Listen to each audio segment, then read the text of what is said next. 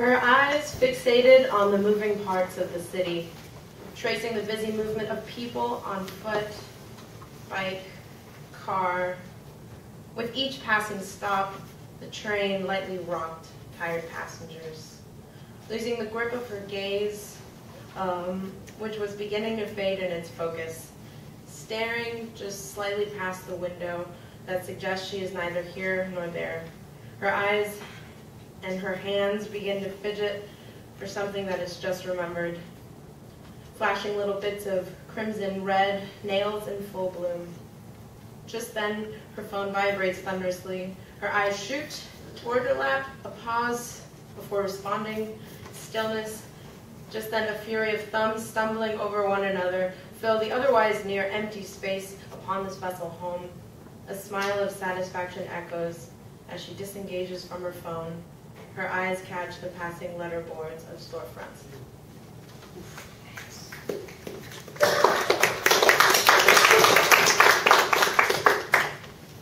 She's been staring at me for the last 10 stops, even as her friend furiously talks to her in Cantonese.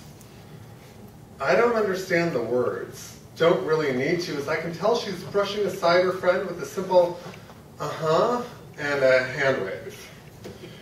Maybe it's my beard that's mesmerizing. I don't really know. She's still staring, and her friend is still talking with me. I'm almost at my destination, pulling the cord to signal stop, smiling awkwardly at her. She notices me, noticing her, finally, and her friend smiles awkwardly back at me. I hop off the bus knowing I still have another to ride. My destination is only passing, and so too was that awkwardness.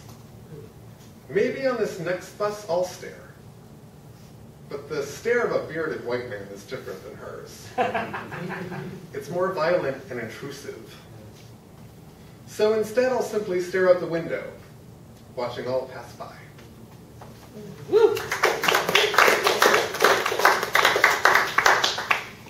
The man in many layers of gray, slowly studying the lunch menu, silently mouthing each option like a prayer. Once he has sufficiently reviewed it in its entirety, a mantra of indecision begins.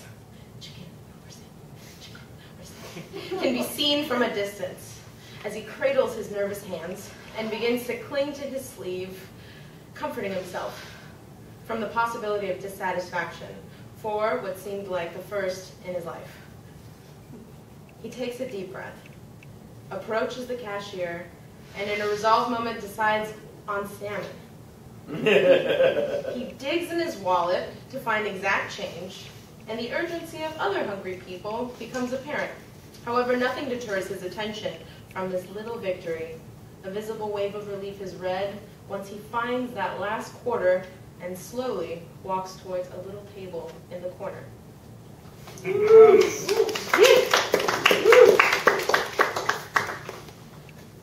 The way she shows me her photos made me sad. It was something about the lack of them, the resulting preciousness of each one, her droopy eyes as she flicks through them on her phone. This is my son. This is my daughter, she tells me. Where is your other son, I ask. No photo.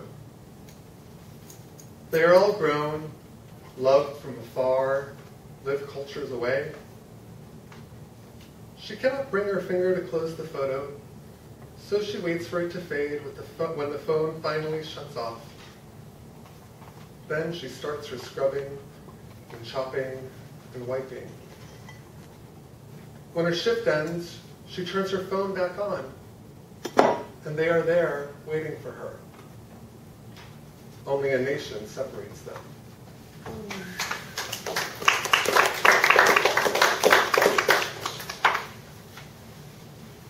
She is sitting by the window, a most coveted seat on this long commute home. She is wearing an array of warm colors, floral headband, red scarf with gold accents.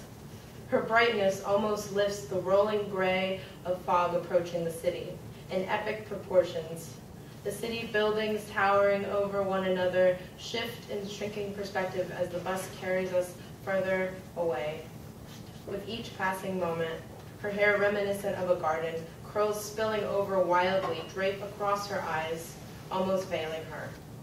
Upon her lap, there is situated a thick hardback, spine open, post-its peeking from the previous pages.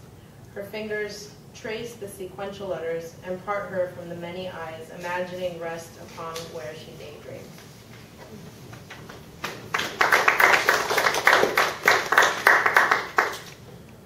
So much lingo in so many slides saying all the same thing.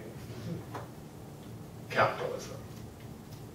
And the regurgitated narrative of supply chains and development phases and data security systematically reinforce capital's control.